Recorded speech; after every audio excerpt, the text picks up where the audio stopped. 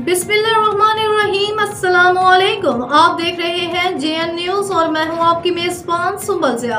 Bulletin का बाकायदा आगाज करते हैं और शामिल करते हैं अब तक की अहम तरीन खबरें।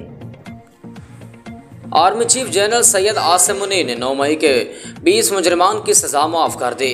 इस्लामाबाद मुख्तियार रहमत की रिपोर्ट के मुताबिक 9 मई के वाक़यात में मुलव्वस फ़ौजी अदालतों से 1 साल तक सज़ा पाने वाले 20 अफराद को रिहा कर दिया गया।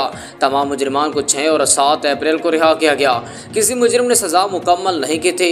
आर्मी चीफ ने इस कबल रियायत दी। रावलपिंडी में 8 अफराद को 1-1 साल की कैद बामुशक्कत सज़ा सुनाई गई थी। लाहौर में 3, गुजरांवाला में 5 मुजरिमान को 1-1 साल कैद बामुशक्कत सज़ा दी गई थी। रहा होने वालों में देर के और 3 मर्दान का एक मुजरिम भी शामिल है।